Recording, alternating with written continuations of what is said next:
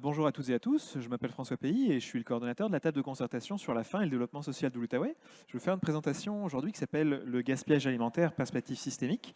Alors, ce n'est pas une présentation qui va porter sur le gaspillage comme vous le faites à tous les jours, genre comment pas perdre votre coriandre dans votre frigo ou comment faire en sorte, il y a pas mal de vin aujourd'hui, comment faire en sorte de ne pas perdre vos légumes quand vous les achetez. Non, on va essayer de parler un petit peu de pourquoi est-ce qu'il y a autant de gaspillage sociétalement, pourquoi est-ce qu'on se retrouve comme société québécoise ou comme société de manière générale en Amérique du Nord et en Occident et partout dans le monde, à faire autant de gaspillage alimentaire. Qu'est-ce qui nous amène à faire ce gaspillage-là? À quel moment dans le cycle de vie d'un aliment, il est gaspillé ou il est plus susceptible d'être gaspillé.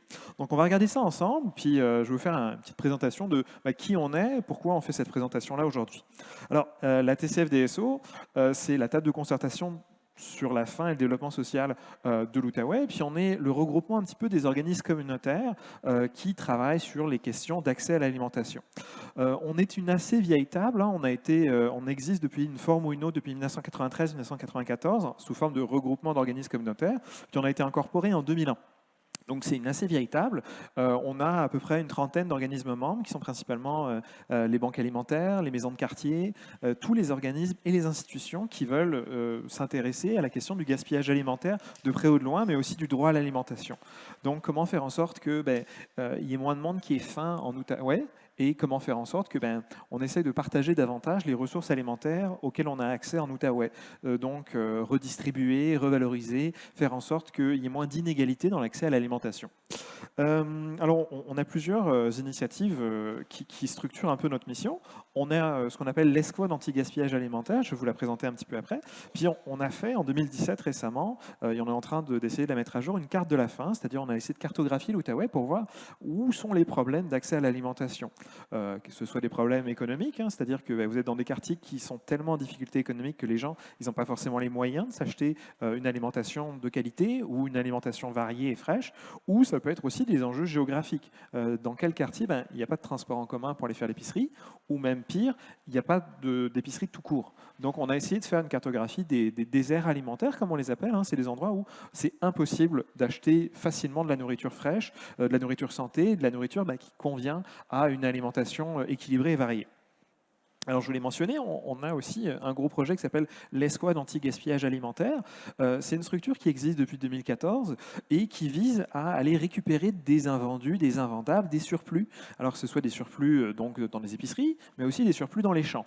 Donc on envoie des équipes de bénévoles avec un véhicule pour récupérer soit dans les épiceries, soit dans les champs, donc ces surplus-là. Et ensuite on va les redistribuer dans les organismes membres, dans des frigos anti-gaspillage ou donc dans des établissements comme le Gitami, comme des cuisines collectives, pour faire en sorte que ces surplus-là, ces aliments-là, ils ne soient pas gaspillés et ils soient réutilisés pour des gens qui en ont le plus besoin.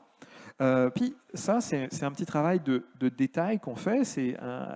On a 3 épiceries partenaires, puis une cinquantaine d'exploitations agricoles. Puis c'est en complément de tout ce qui se fait dans le reste de l'Outaouais. Vous avez notamment Moisson Outaouais qui fait un gros travail de récupération et de redistribution auprès des banques alimentaires. Puis vous avez des initiatives comme 3R Québec qui font aussi ce genre d'initiative-là. Je vais vous montrer rapidement. Ça, c'est un frigo anti-gaspillage. Et vous avez la conseillère municipale, Madame Boudria, qui est là lors de son inauguration. Puis à droite, vous avez une équipe de bénévoles qui sont allés dans un champ pour aider l'agriculteur à récupérer des surplus. Et on va le voir ensemble, en fait. Il y a différents moments dans le cycle de vie d'un aliment où il peut être gaspillé, où il peut être perdu. Et on va essayer de voir qu'est-ce qui fait ou pourquoi est-ce qu'on perd certains aliments plus que d'autres, pourquoi est-ce qu'on les perd davantage à certains moments de leur vie. Alors, je vous l'ai dit, on va parler de perspectives systémiques, puis je ne vais pas vous parler de petites techniques pour pas perdre votre coriandre, je l'ai déjà dit comme blague. Mais on va commencer. Qu'est-ce que ça mange en hiver, une perspective systémique? Okay, on a eu des gros débats sociétaux au Québec sur le racisme systémique, par exemple. Mais systémique, ça renvoie au fait que c'est un système, c'est un tout et un ensemble, et ça fonctionne au-delà de l'action individuelle ou de l'action collective des acteurs et des actrices du système alimentaire. Parce qu'on est pris avec des habitudes, une façon de faire avec notre alimentation qui entraîne du gaspillage. C'est ça qui est systémique, c'est-à-dire que dans notre relation à la nourriture, on entraîne du gaspillage. Dans notre relation économique, économique ou aussi dans notre relation émotionnelle, dans notre relation sociale avec l'alimentation, on en gaspille une bonne partie. Puis le problème avec les systèmes, c'est qu'ils se reproduisent tout seuls. Si on n'essaye pas de les travailler pour les déconstruire, essayer d'en sortir, ils vont se maintenir et ils vont rester un système qui encadre l'action qu'on peut avoir, encadre notre façon de penser. Puis ces systèmes-là, on va essayer de détailler des aspects qui sont économiques, des aspects qui sont environnementaux, puis des aspects qui ont davantage rapport avec vos habitudes et vos mœurs. Qu'est-ce que vous faites qui entraîne du gaspillage? Qu'est-ce que la société fait qui entraîne du gaspillage alimentaire? Donc, on va commencer par parler de ce qu'on appelle le système bioalimentaire. Le système bioalimentaire, c'est de A à Z.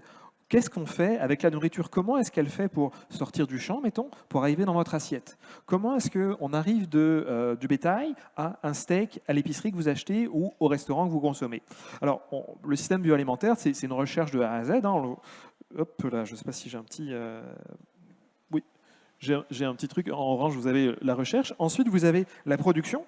C'est tout ce qui est le secteur primaire, les exploitations agricoles, les pêcheries, etc. Les endroits où on va produire et fabriquer les éléments premiers qui vont devenir de la nourriture plus tard. Ensuite, vous avez tout ce qu'on appelle le secteur de la transformation, c'est-à-dire que dès que vous conditionnez, que vous préparez, que vous modifiez un aliment, tout ça, c'est une étape de transformation qui vient modifier l'aliment pour le rendre commercialisable ou consommable en l'état. Enfin, vous avez la distribution et la commercialisation. Donc, c'est tout ce qui est logistique. Comment est-ce que vous faites en sorte d'amener vos carottes qui poussent dans la vallée de la Gatineau pour être vendues dans votre épicerie du coin? Ou même, comment est-ce qu'on transporte des fruits et des légumes qui ont été cultivés en Amérique latine? Comment est-ce qu'ils se rendent jusqu'à nous? Donc, c'est toute cette logistique-là qu'on va évoquer un petit peu. Et enfin, il y a aussi vos habitudes de consommation. C'est vous, en tant que consommateur et consommatrice, individuellement, au sein des ménages, mais aussi quand vous allez au restaurant, les habitudes qu'on a, puis mettons les institutions de restauration collective, comme dans les CHSLD ou dans les écoles secondaires. Et pour finir, ces aliments-là, une fois qu'ils ont été consommés, qu'ils ont atterri dans l'assiette, comment est-ce qu'ils vont ressortir? Est-ce qu'ils vont être valorisés? Est-ce qu'ils vont être réutilisés? C'est quoi les déchets que ça a fait? Est-ce qu'on est capable de les composter? Est-ce qu'on est capable de les redistribuer? Donc tout ça, c'est les étapes de ce qu'on appelle le système bioalimentaire. Donc c'est un système, donc on a plein d'étapes qu'on est capable de comprendre, mais c'est assez compliqué de venir modifier une ou une autre étape.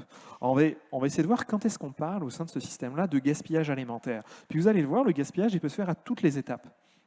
Pas juste vous, face à votre frigo, c'est une responsabilité qui est sociétale, pas juste une responsabilité qui est individuelle.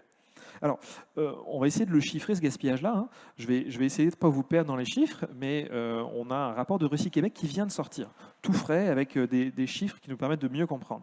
Chaque année, là, pour nourrir le Québec, ça prend 7,55 millions de tonnes d'aliments. 7,55 millions, ça fait, vous allez le voir après, 2,43 kg pour nourrir chaque et chacune des Québécois par jour. Sur ce 7,55 millions, là, vous en avez 4 millions 43 qui sont consommés, qui sont mangés. Et le reste, 3,12 millions, qui sont non consommés. Alors, on va détailler un peu qu'est-ce que ça veut dire non consommé. Ça veut dire que sur le 2,4 kg que vous mangez à tous les jours, dont vous avez besoin pour vous nourrir à tous les jours, il y en a 1 kg qui n'est pas consommé. Et ça vous permet de réaliser un petit peu 1 kg, 2 livres par jour de produits alimentaires qui sont nécessaires à vous. Et collectivement, on jette 1 kg par personne et par jour. Alors, je vous ai dit, qu'est-ce qui n'est pas consommé? C'est un résidu alimentaire. Tout ce qui est un résidu alimentaire n'est pas forcément du gaspillage. On va essayer de faire le tri. Il y a 2 grandes catégories là-dedans. Il y a une première catégorie, c'est le gaspillage lui-même. C'est les aliments comestibles qui sont perdus ou gaspillés. Ça correspond à la partie en bleu, c'est 39%. Donc, vous avez, on va revenir à ce 1 kg par jour. Vous avez 400 grammes de nourriture par Québécois et par Québécoise et par jour qui sont de la nourriture gaspillée, qui s'en va ailleurs que dans la bouche des Québécois et des Québécoises. Le reste, ça c'est quelque chose d'intéressant aussi, c'est ce qu'on appelle les parties non comestibles. Donc évidemment, là ce qui nous vient en tête, c'est les épluchures de légumes, les os de votre poulet, ou mettons le son qui ressort de la farine quand on a voulu en faire de la farine blanche à partir des céréales. Donc tout ça, c'est des parties non comestibles, mais qui sont quand même des éléments qui relèvent de l'alimentation et qui ressortent à différents moments de la vie d'un aliment. Et on essaye de voir un peu, ok, il y a du gaspillage alimentaire, mais comment est-ce qu'on le gère? Comment est-ce qu'on transforme ce gaspillage-là? Puis aussi, ces parties non comestibles, qu'est-ce qu'on en fait? Puis c'est un autre enjeu parce que économiquement et environnementalement, ça veut dire beaucoup de perdre autant d'éléments transformables, comestibles ou non, dans la vie d'un aliment. Alors, on va regarder un peu, c'est quel type d'aliments qu'on gaspille le plus. Et là, on parle de gaspillage, hein, pas juste les éléments non comestibles. Puis, principalement, c'est les fruits et légumes.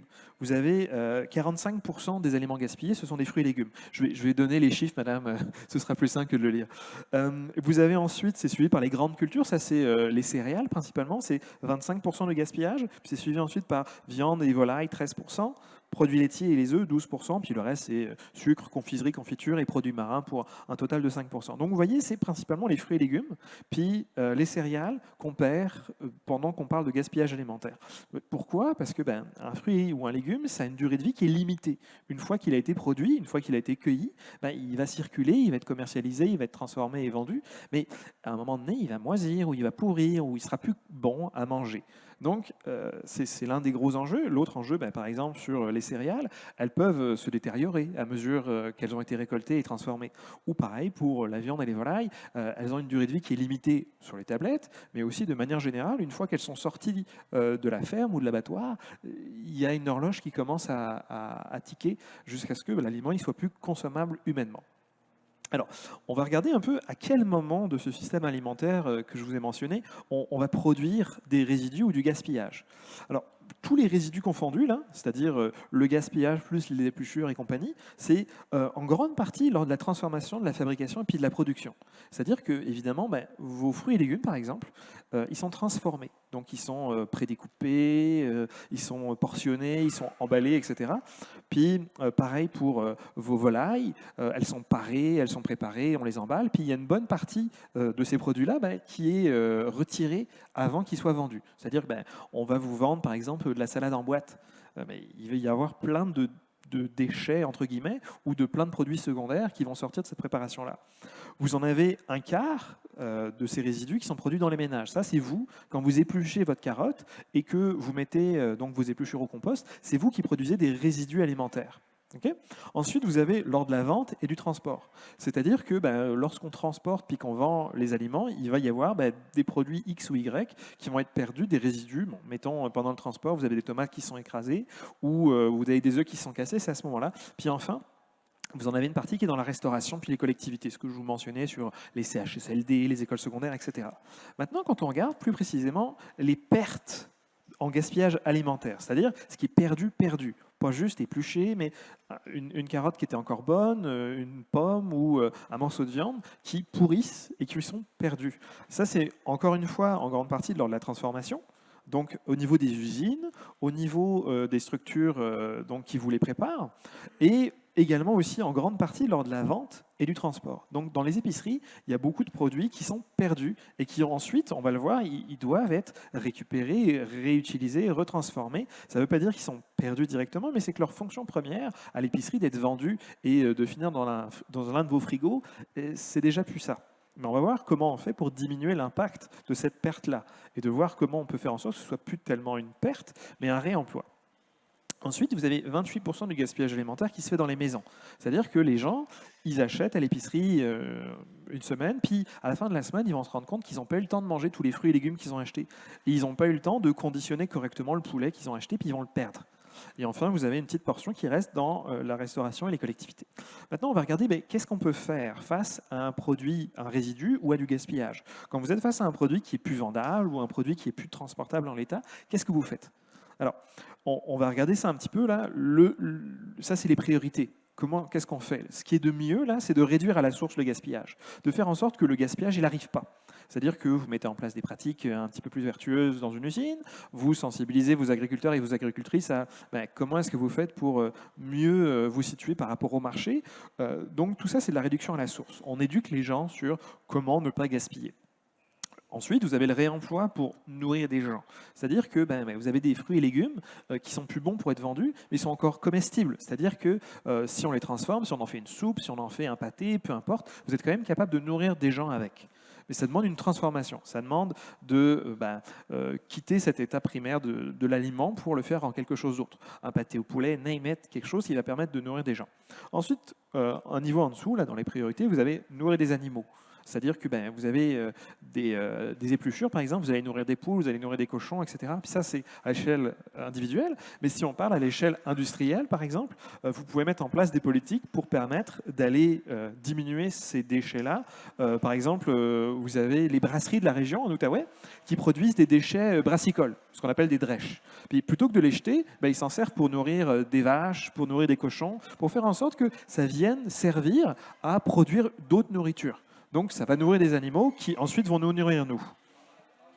Ensuite, vous avez ce qu'on appelle le réemploi. C'est-à-dire que vous ne pouvez pas nourrir des animaux, vous ne pouvez pas faire en sorte que ça va faire de la nourriture directement, vous allez faire d'autres choses avec les surplus. Donc il y a plein d'exemples.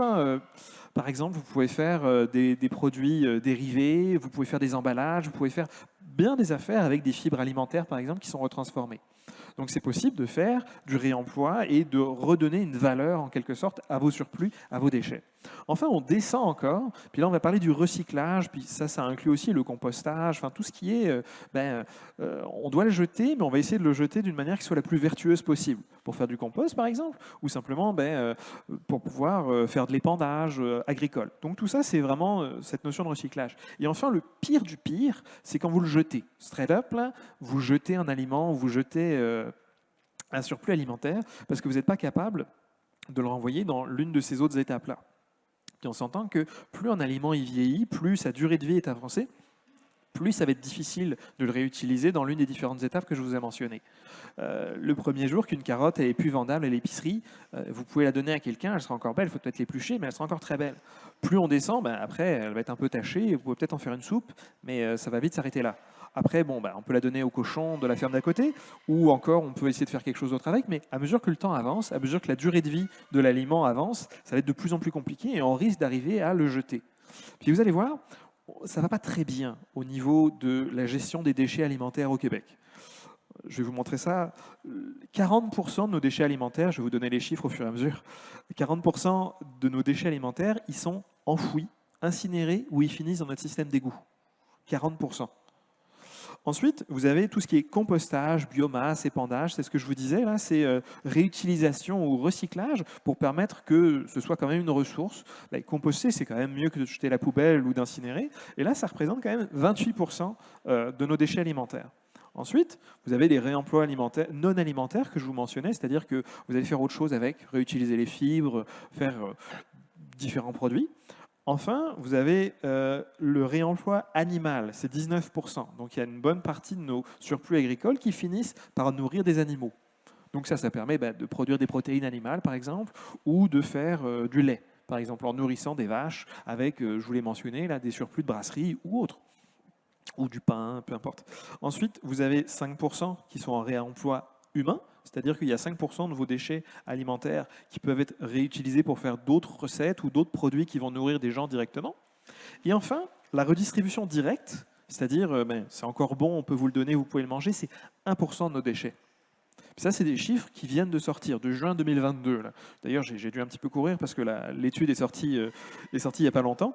Donc, ça vous montre un peu à quel point on est en retard par rapport à la valorisation de nos déchets pour faire en sorte qu'ils aient la plus haute valeur sociale et la plus haute valeur environnementale possible. Puis, vous allez me dire, il n'y a pas juste ça, c'est des coûts économiques, c'est compliqué de réutiliser tous ces produits-là. Oui, mais ils ont une valeur. Puis, quand vous faites attention économiquement, il y a de l'argent à sauver là-dedans.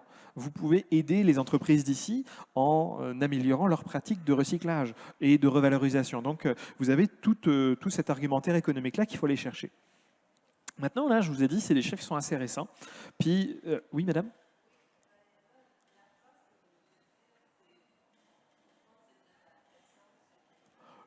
Je vais venir un peu plus tard, si vous voulez. Oh. J'y viens. Alors, là, c'est un petit peu un portrait, comme je vous l'ai mentionné, qui vient de sortir. Puis là, je vais vous parler des effets un petit peu révélateurs des crises qu'on vient de vivre sur notre gestion du gaspillage alimentaire.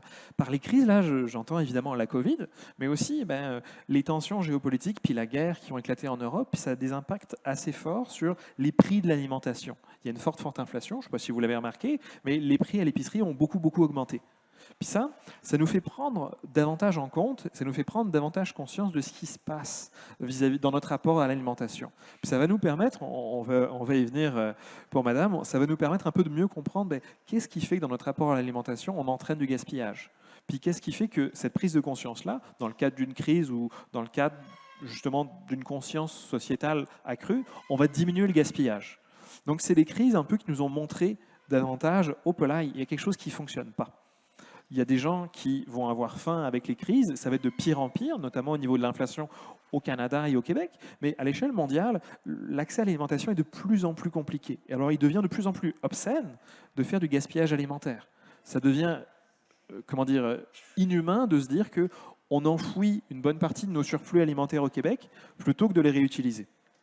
Alors, je vous le mentionnais, ça c'est des conjonctures mondiales puis environnementales, là aussi, c'est que en plus des crises que je viens de mentionner, la pandémie, la guerre, il y a aussi des crises environnementales et climatiques de plus en plus fortes. Vous avez ce qu'on appelle de plus en plus des accidents climatiques. C'est-à-dire que vous allez avoir un orage, vous allez avoir une tornade, et vous allez avoir des gels qui n'ont pas lieu d'être à ces moments-là de l'année, qui vont entraîner des pertes qui n'existaient pas dans le système agricole auparavant. Vous avez de plus en plus de difficultés au niveau des exploitations agricoles à résister à ces crises-là, à ces chocs-là.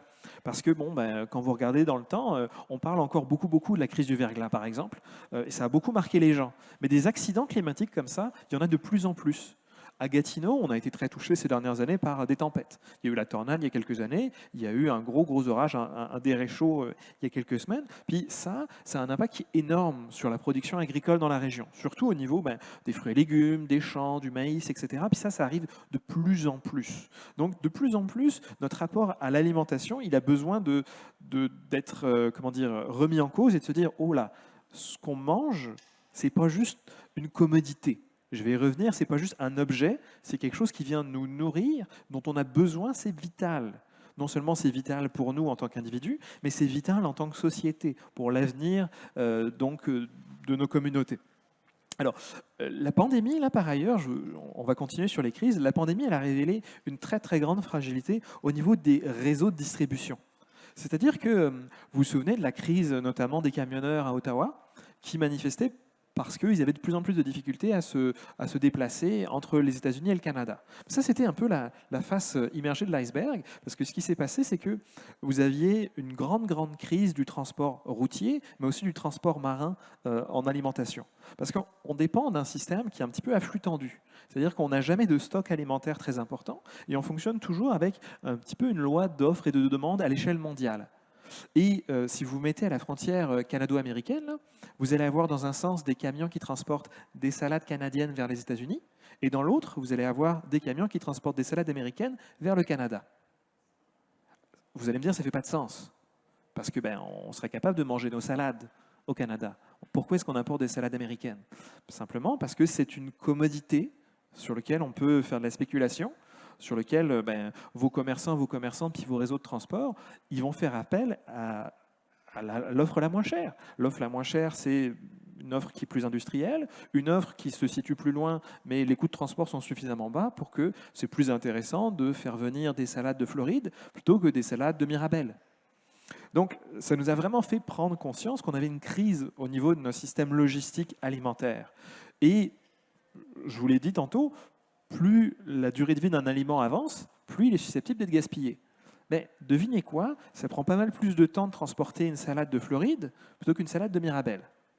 Donc, veut pas, le taux de perte de vos salades qui viennent de Floride ou de Californie ou d'Amérique latine, de n'importe où, il va être beaucoup plus important que vos salades de proximité. Puis, veut pas, plus vous êtes face à une agriculture ou à une production alimentaire industrialisée, plus vous allez avoir un taux de perte important parce que c'est des énormes volumes. Puis, il y a une relation à l'objet alimentaire qui est vraiment commerciale, qui est vraiment donc basée sur où est-ce que je peux vendre ma salade le moins cher possible afin de faire le plus de profit possible. Donc, on a aussi vu, et puis là je vais passer à ces questions d'infrastructure, une crise dans les infrastructures alimentaires au Canada et au Québec en particulier. Au moment de la Covid, je ne sais pas si vous vous souvenez, il y a eu une éclosion de Covid dans l'abattoir Olimel Le plus gros abattoir du Québec, qui est un abattoir de porc, a eu une grosse éclosion de Covid chez les travailleurs de l'abattoir, et on n'était plus capable d'abattre les cochons. Ce qui s'est passé, c'est qu'on a perdu des tonnes et des tonnes et des tonnes de porcs du Québec qui ont été simplement envoyés en enfouissement parce qu'on n'était pas capable de les abattre à temps, parce qu'on n'était pas capable de les stocker à temps, parce que derrière, il y avait de nouveaux porcs qui arrivaient au fur et à mesure. Donc c'est tellement un flux tendu, puis c'est tellement une industrie que même si ce n'est pas un légume, que ce n'est pas un objet, votre porc, il a perdu toute sa valeur. Il va être gaspillé, il ne va pas être utilisable. Donc on l'a nourri, on l'a traité pour rien. Il va finir à la poubelle. L'animal en entier, là, pas une partie de l'animal en entier. Et vous avez la même chose dans les différentes régions du Québec, au niveau notamment des petits abattoirs. Parce que, je ne sais pas si vous le savez, mais il est illégal d'abattre des animaux sur une ferme, au Québec et au Canada, surtout au Québec. C'est-à-dire que si vous élevez des poules dans votre ferme, à moins que vous ayez une certification, puis un abattoir reconnu par le MAPAC, vous devez faire appel à un abattoir extérieur. Vous ne pouvez pas les abattre à la ferme. C'est interdit, question de normes. Et donc, dans certaines régions, vous n'avez pas d'abattoir du tout. Donc, si vous devez faire face à une crise alimentaire et que vous devez nourrir votre monde avec ce qui se fait dans la région, vous n'êtes même pas capable de transformer et d'abattre, par exemple, du bétail que vous faites dans la région. En Outaouais, on est chanceux et chanceuse, il y a 4 petits abattoirs. Vous avez des abattoirs de volailles, des abattoirs de porcs, etc. Mais il y a des régions au Québec où il n'y a aucun abattoir. Rien.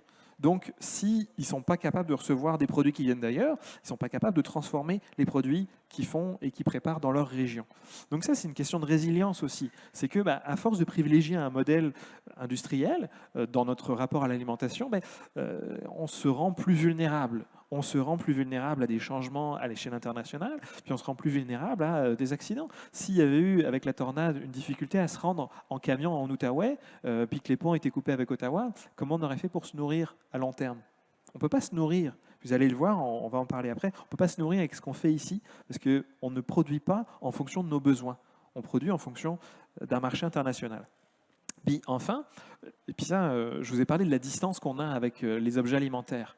C'est qu'il y a un enjeu de main-d'œuvre puis un enjeu de relation avec la nourriture. C'est-à-dire qu'au Québec, là, on est l'un des pays où les gens ils sont le moins dans les champs proportionnellement, où il y a le moins d'ouvriers et d'ouvrières agricoles. Parce que on a un modèle économique où vous avez des entreprises qui font du porc, par exemple, ou des entreprises de légumes, et vous faites appel à de la main-d'œuvre immigrée temporaire. Donc on fait venir des gens d'Amérique centrale et d'Amérique latine notamment, mais les Québécois et Québécoises en moyenne ont un rapport qui est très distant à l'alimentaire. C'est-à-dire que vous n'allez pas dans les champs cueillir, à moins qu'il y a quelques produits qu'on va cueillir dans les champs. On va cueillir des pommes, on va cueillir des courges, à la limite on va cueillir des fraises, mais sinon le rapport physique des gens à la terre et à l'agriculture est assez distancié. Et il l'est de plus en plus, puis les gens ne veulent pas travailler dans les champs. On l'a vu au moment de la pandémie, on n'était pas capable de trouver une main-d'œuvre agricole québécoise parce qu'on dépendait trop de la main-d'œuvre immigrante qu'on sous-paye au passage et qui vit parfois dans des conditions compliquées. Là, vous pouvez le trouver en ligne, c'est un syndicaliste du Salvador de mémoire. Oui, je pense qu'il est du Salvador, qui était venu à l'UQO, l'Université du Québec en Outaouais, venir parler un peu de son expérience, lui, en tant que leader syndical dans une exploitation canadienne. Puis il expliquait les conditions dans lesquelles, je pourrais vous envoyer les liens, vous pouvez les retrouver en ligne après, les conditions dans lesquelles il travaillait dans des fermes de l'Outaouais ou des fermes du reste du Québec. Puis il disait, on vit entassé dans des logements exigus, on n'est pas capable de changer d'employeur, on a vraiment des conditions très très très mauvaises, mais on ne peut pas s'en aller. Parce que nos contrats, ils font en sorte qu'on est limité à une ferme, puis si on se plaint, on ne sera pas rappelé l'année suivante.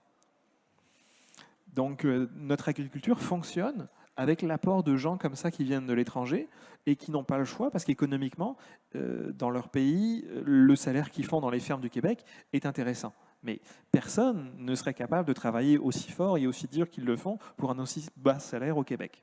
Là, à côté, je vous ai mis une image. Ça, c'est des bénévoles qu'on avait envoyés dans une exploitation agricole de la région pour récolter du maïs. Puis, si vous n'avez pas une agriculture qui est très mécanisée, si vous faites des fermes de plus petite échelle, ça prend du monde pour récolter. Ça prend pas mal de main-d'œuvre. Et ça, on l'a oublié. Ce qui est intéressant, c'est qu'en 3 générations, à l'espace de 3 générations, on a mécanisé l'industrie alimentaire et on a mécanisé l'agriculture. Donc il y a beaucoup moins de monde qui travaille dans les champs, mais on a oublié aussi que ça prend du monde pour faire de l'alimentaire, pour récolter dans les champs.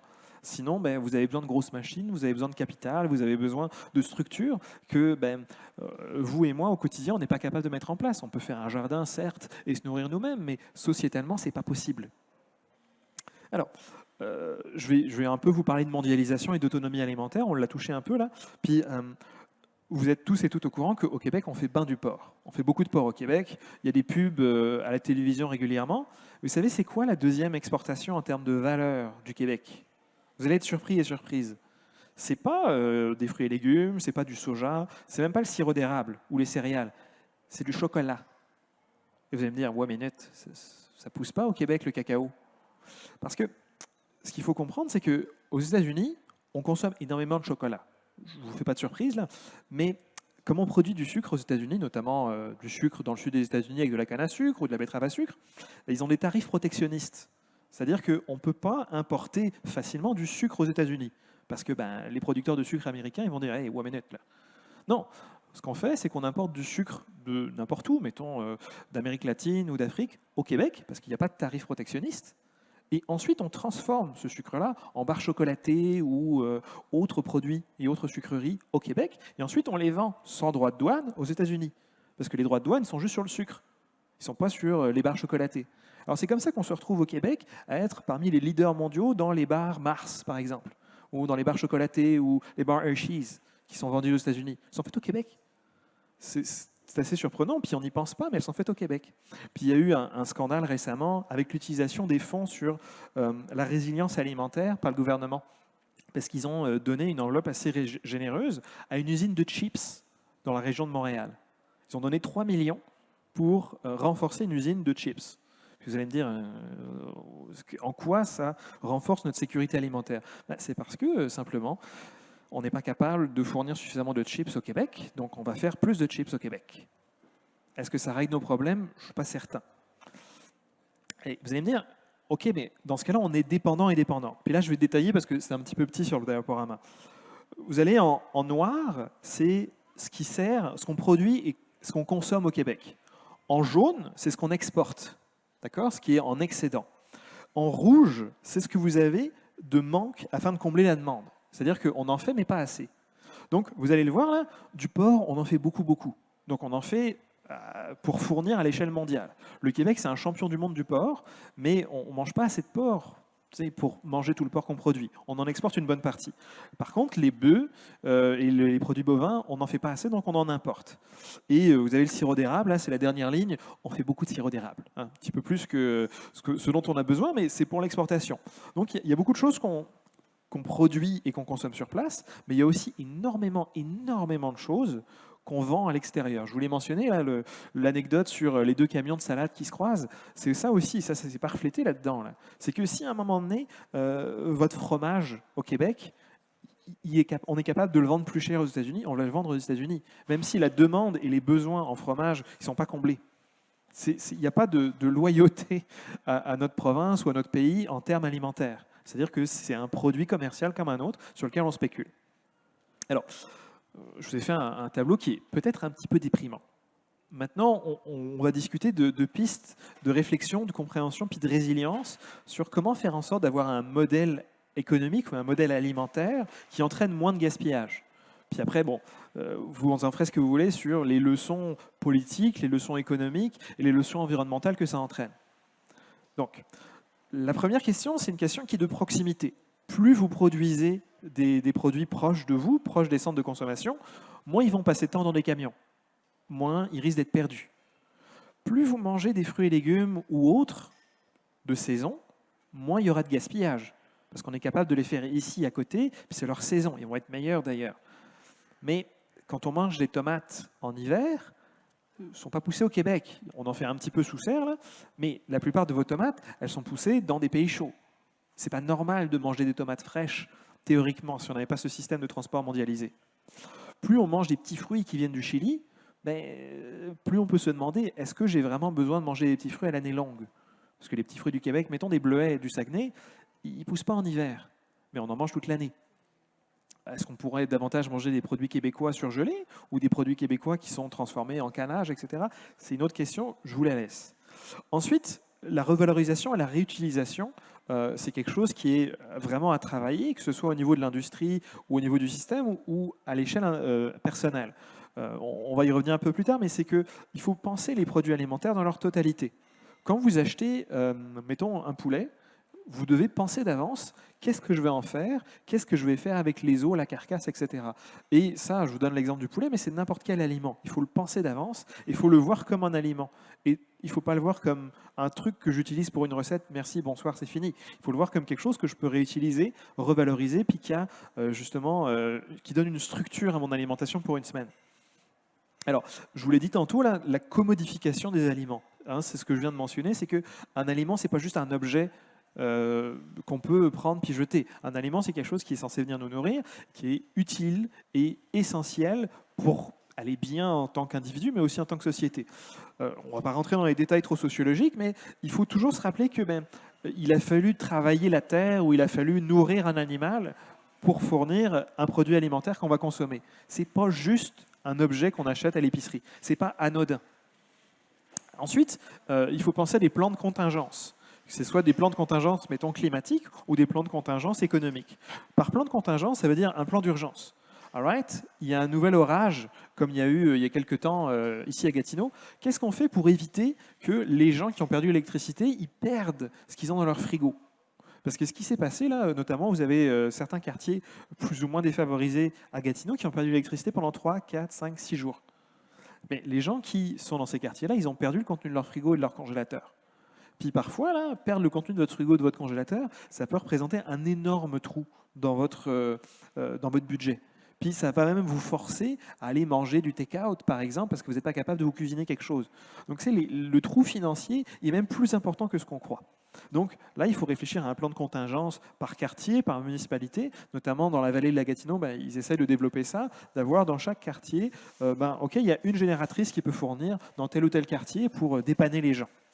Ou alors, vous pouvez faire des plans d'entente avec la chambre de commerce, par exemple, pour être certain et certaine que les restaurants du centre-ville de Hull, par exemple, s'ils ont encore de l'électricité, ils aient un plan pour distribuer de la glace, par exemple, si leur machine à glace fonctionne. Ça, c'est prévu d'avance. On peut aider les gens à sauver de la nourriture. Et enfin, des pistes de compréhension, on mange moins en collectivité au Québec que dans d'autres pays. C'est-à-dire que vous n'avez pas de services alimentaires dans les écoles primaires, par exemple. Vous en avez dans les CPE, vous en avez dans les écoles secondaires, puis vous en avez dans les CHSLD. Mais dans ces collectivités où vous avez de la restauration commune, il faudrait réfléchir à des politiques d'achat. Ça, c'est un peu le diable qui est dans les détails. C'est que souvent, quand vous êtes un gestionnaire dans une structure comme ça, vous allez à l'offre la plus basse. Vous faites un appel d'offres, puis vous allez acheter pour sauver un peu de sous, là, ce qui est le moins cher. Le problème, c'est qu'on l'a déjà vu, là, ce qui est le moins cher, c'est ce qui est le plus industriel, c'est ce qui souvent vient de plus loin, et ce qui est souvent de moins bonne qualité. Alors, il faudrait peut-être réfléchir collectivement pour mettre en place des politiques d'achat pour ces structures-là, pour faire en sorte qu'on privilégie des produits qui viennent d'ici, des produits qui ont une valeur sociale, environnementale et économique un peu plus intéressante. Alors, on va y venir là sur qu'est-ce qu'on peut faire en tant que militant et militante. Je vous l'ai dit, ce n'est pas une présentation sur comment faire moins de gaspillage au quotidien. Vous avez des super présentations là-dessus qui existent et qui sont disponibles en ligne, mais là je vais davantage vous parler de militance politique ou d'actes symboliques que vous pouvez essayer de faire diffuser auprès de vos proches. Alors premièrement, je vous l'ai déjà dit, il faut privilégier les produits d'ici et les produits de saison. Sous une forme ou une autre, si vous voulez vraiment manger des bleuets l'hiver, vous pouvez acheter des bleuets surgelés. C'est possible, c'est envisageable. Si vous voulez manger davantage québécois, il faut aussi changer votre alimentation.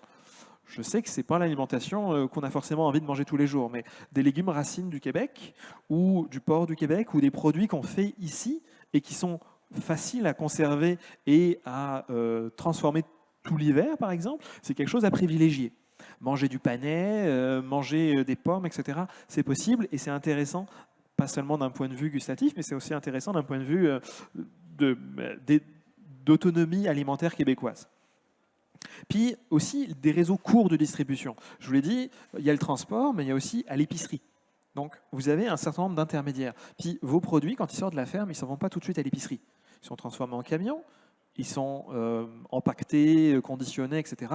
Puis souvent, ils s'en vont chez un grossiste, par exemple. Donc ça, c'est une entreprise qui est spécialisée dans l'achat de gros auprès des fournisseurs, qui ensuite va les revendre dans une épicerie. Donc vous avez plein d'étapes comme ça. Et à chacune de ces étapes, vous avez de la perte et vous avez du gaspillage. Donc ce que vous pouvez faire, c'est privilégier des circuits qui sont plus courts. Le réseau des fermiers et fermières de famille, par exemple. Ou faire de la vente directe. Vous pouvez vous abonner à un panier de légumes, par exemple. Donc vous rapprochez de la source alimentaire.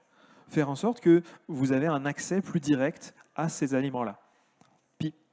C'est aussi un accès qui est plus social, puis émotionnellement plus proche. C'est des gens qui sont dans nos communautés, qui nous nourrissent. Symboliquement, c'est quelque chose de plus fort qui renforce un peu la place de la nourriture dans notre horizon mental.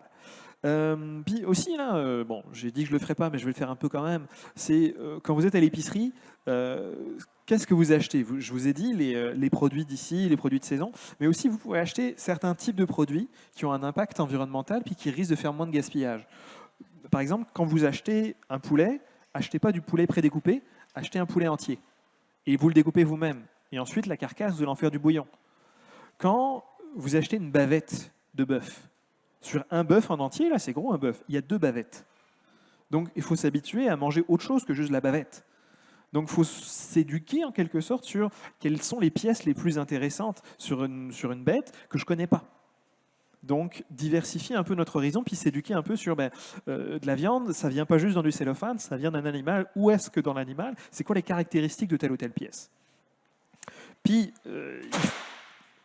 il faut valoriser les bas morceaux aussi quelque part, parce que là je vous parle de pièces de viande, mais il y a beaucoup de gens qui aiment plus bien ça, là, mais il y a encore pas longtemps, les abats, les tripes, les pièces qui sont moins valorisées, c'est assez important parce que dans votre pièce de bœuf, par exemple, vous allez avoir ces produits-là.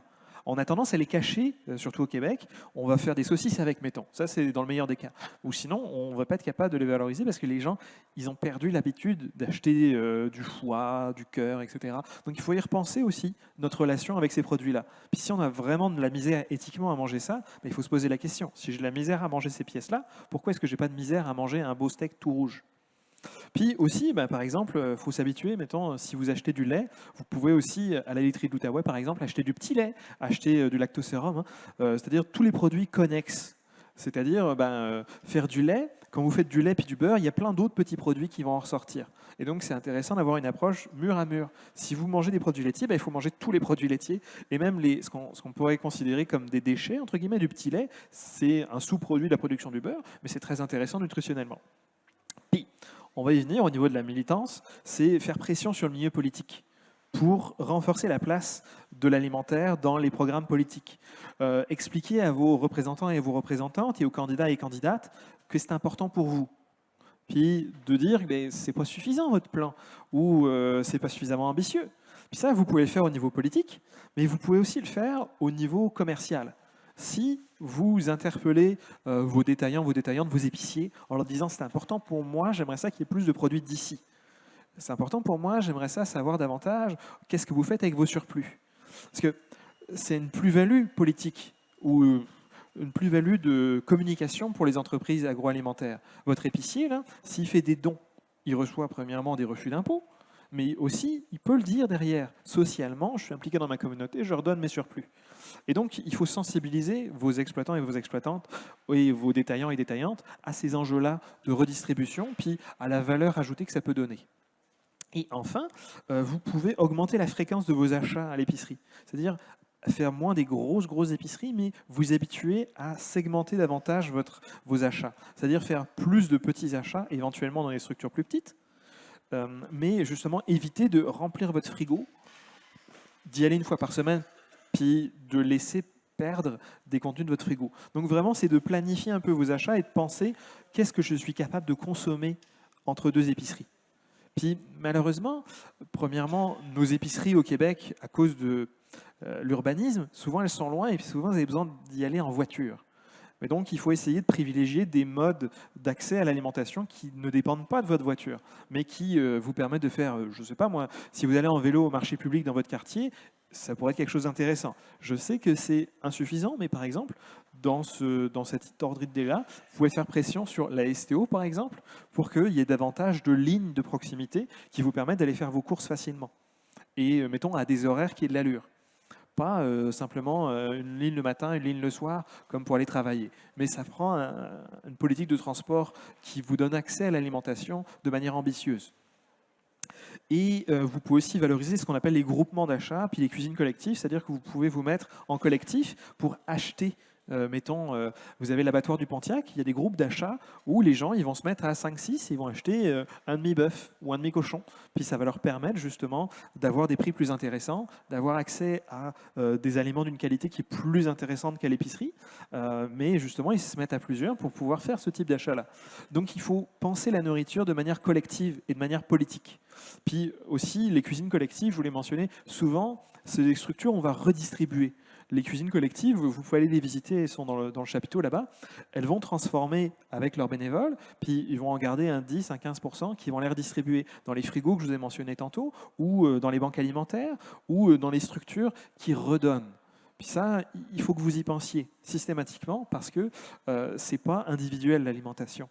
Oui, c'est individuel parce que vous avez faim et vous avez besoin de manger, mais c'est un sujet qui est collectif et qu'on devrait politiser davantage, qu'on devrait avoir conscience, dont on devrait avoir conscience davantage à ce point de vue collectif-là et systémique. Je pense que ça va faire le tour de cette présentation, puis je vais vous laisser poser des questions si vous le souhaitez. Je pense qu'on a encore un petit peu de temps.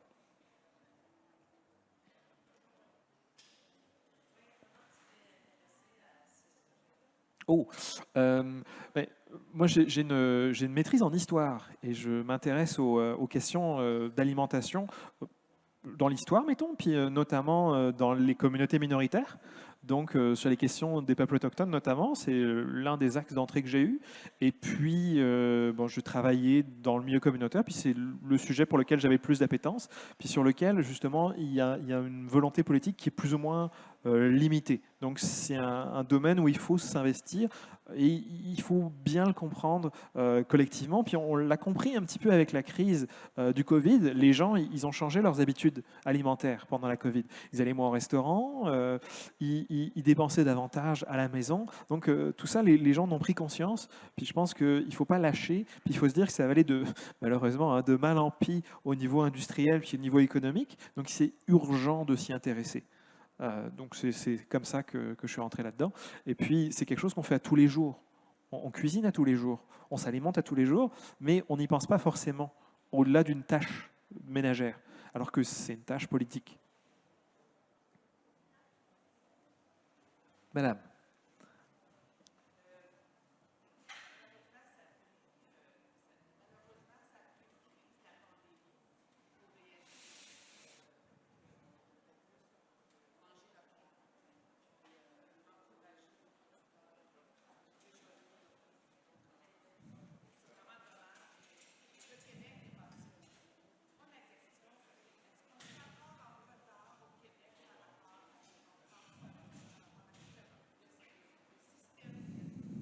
Au niveau du gaspillage, ouais.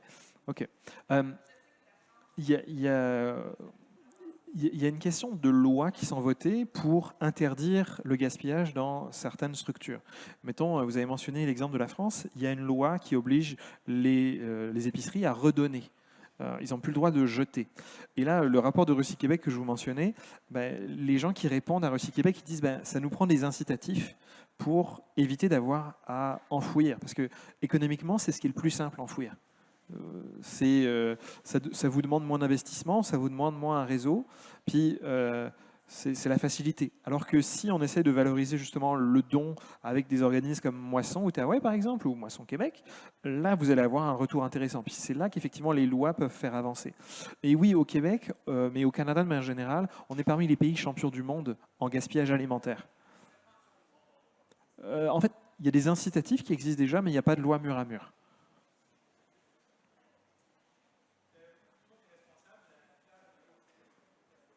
Mhm.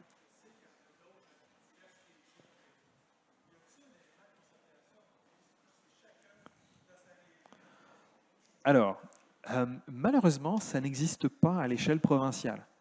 Okay, l'étape de concertation sur la fin, vous en avez 4 ou 5, je pense, de mémoire, mais il n'existe pas une table provinciale. sur l'alimentation. Vous avez des structures qui font un peu cette mission-là. Vous avez Banque Alimentaire Québec, vous avez Moisson, puis ses différentes antennes qui travaillent là-dessus. Vous avez le regroupement des cuisines collectives du Québec. Donc il y a plein de structures provinciales qui existent, mais pas au niveau des tables de concertation sur la faim. Par contre, on a un regroupement fédéral qui s'appelle Réseau alimentaire durable. Donc ça existe à l'échelle fédérale, mais on a un retard en point de vue communautaire là, sur le réseautage puis la structuration d'une plateforme d'échange provinciale. On est en retard là-dessus au niveau de l'alimentaire. Monsieur.